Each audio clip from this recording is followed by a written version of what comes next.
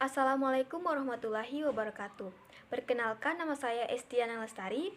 Di video ini saya akan menjelaskan dan memaparkan tentang teori belajar kognitif.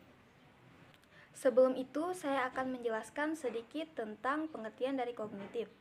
Kognitif secara bahasa berasal dari bahasa Latin cogiter yang artinya berpikir. Dalam KBBI sendiri, kognitif berarti segala sesuatu yang melibatkan kognisi atau berdasarkan pengetahuan faktual yang empiris. Teori belajar kognitif merupakan suatu proses belajar yang melibatkan aktivitas mental dalam diri manusia akibat dari interaksi dengan lingkungan untuk memperoleh suatu perubahan, baik itu pengetahuan, pemahaman, tingkah laku, ataupun nilai dan sikap yang membekas dalam diri individu tersebut. Teori belajar kognitif ini lebih mementingkan proses belajar daripada hasil belajarnya. Selanjutnya saya akan menjelaskan tentang teori kognitif menurut tokoh-tokoh teori kognitif, yaitu yang pertama, Jean Piaget. Jean Piaget mengemukakan bahwa teori belajar kognitif merupakan proses mental yang merupakan perkembangan kemampuan penalaran logis. Bagi Piaget, berpikir dalam proses mental tersebut jauh lebih penting dari sekedar mengerti. Semakin bertambahnya umur seseorang, maka semakin kompleks susunan sel sarafnya dan semakin meningkatkan pula kemampuan kognitifnya. Nah, menurut Jean Piaget, ada beberapa tahap perkembangan teori kognitif. Yang pertama yaitu tahap sensorimotor. Nah, pada tahap ini, usia anak 0-2 tahun, anak memiliki pengalaman sensorik seperti melihat dan mendengar. Yang kedua yaitu tahap praoperasional. Jadi pada tahap ini, umur anak antara 2-7 tahun. Individu mulai meluaskan dunianya melalui tingkah laku dan kata-kata. Tahap ketiga yaitu tahap operasional konkret.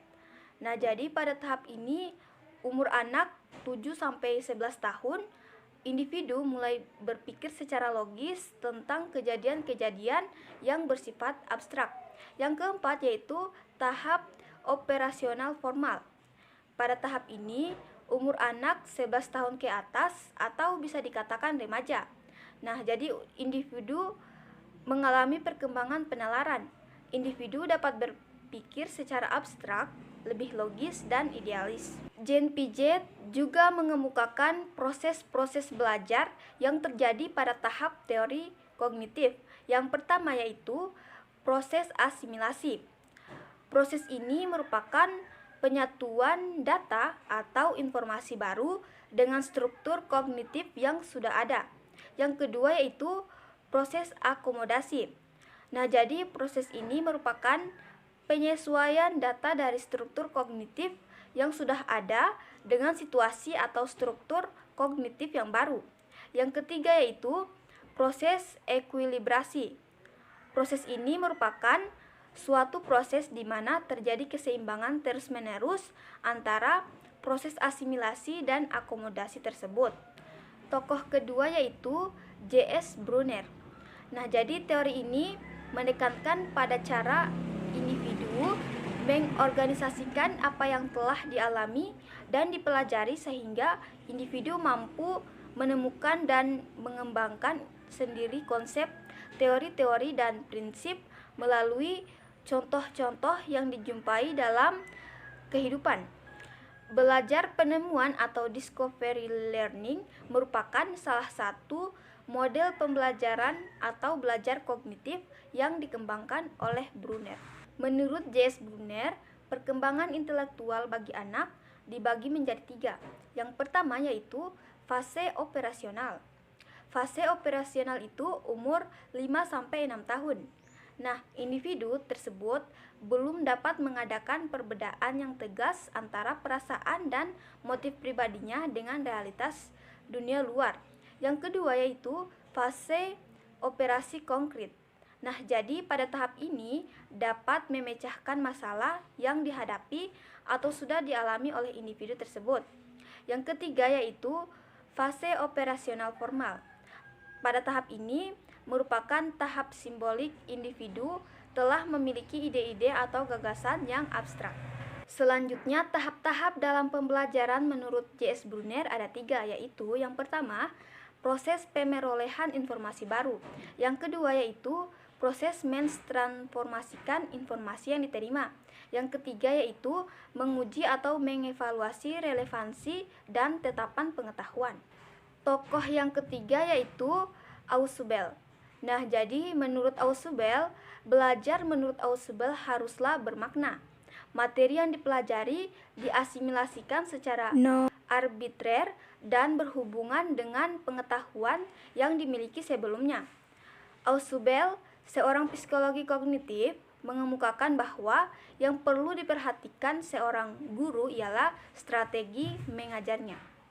Menurut Ausubel, belajar dapat diklarifikasikan ke dalam 2 dimensi. Dimensi yang pertama berhubungan dengan cara informasi atau materi pelajaran disajikan pada siswa melalui penerimaan atau penemuan. Dimensi yang kedua yaitu menyangkut bagaimana cara siswa dapat mengaitkan informasi itu pada struktur kognitif yang ada. Struktur kognitif tersebut mencakup fakta-fakta dan konsep-konsep yang telah dipelajari siswa. Tokoh yang keempat yaitu teori kognitif menurut Gestalt.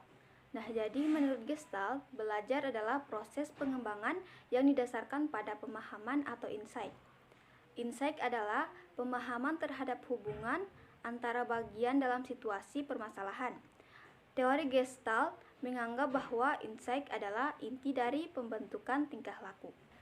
Adapun prinsip-prinsip belajar menurut Gestalt yaitu yang pertama, tujuan belajar adalah untuk mendapatkan pemahaman atau insight.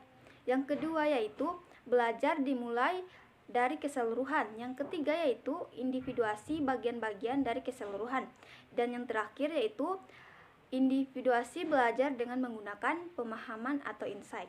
Adapun implikasi dari teori pembelajaran kognitif dalam pembelajaran yaitu teori ini tidak hanya melibatkan stimulus dan respon, tetapi dengan melibatkan proses berpikir yang kompleks. Ilmu pengetahuan dibangun melalui proses interaksi antara individu dengan lingkungannya. Sebagai contoh, jika seorang anak pergi ke tempat yang pernah diamatinya seperti pemandangan, gunung, pantai, dan lain-lain, maka dia akan mengamati objek-objek yang ada di sana. Tetapi, jika ingin menceritakan pengalaman dan yang sudah diamati, dia tidak perlu dengan cara menghadirkan objek-objek tersebut, tetapi hanya dengan kata-kata dan juga dengan kalimat. Nah, tanpa kita sadari, itu telah terjadi teori belajar kognitif pada diri anak tersebut. Teori pembelajaran kognitif mempunyai kelebihan dan kekurangan.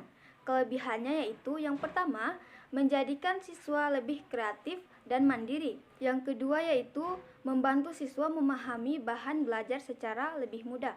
Yang ketiga yaitu dapat meningkatkan motivasi. Yang keempat yaitu dapat meningkatkan kemampuan siswa memecahkan masalah. Dan yang kelima yaitu mengembangkan kemampuan siswa baik dalam menciptakan ide baru. Kekurangan dari teori ini adalah yang pertama, teori ini sulit dipraktikkan secara murni. Yang kedua yaitu teori ini dianggap dekat dengan psikologi belajar daripada teori belajar. Yang ketiga yaitu teori ini tidak menyuruh untuk semua tingkat pendidikan. Yang keempat yaitu teori ini sulit dipahami. Dan yang kelima, teori ini sulit dipraktikkan pada tingkat lanjut. Baiklah teman-teman, saya rasa hanya itu yang dapat saya jelaskan kepada teman-teman tentang teori belajar kognitif ini. Terlebih dan terkurangnya dari penjelasan ini, saya mohon maaf yang sebesar-besarnya. Terima kasih atas perhatian teman-teman semuanya. Saya akhiri dengan ucapan wabillahi taufiq wal hidayah. Wassalamualaikum warahmatullahi wabarakatuh.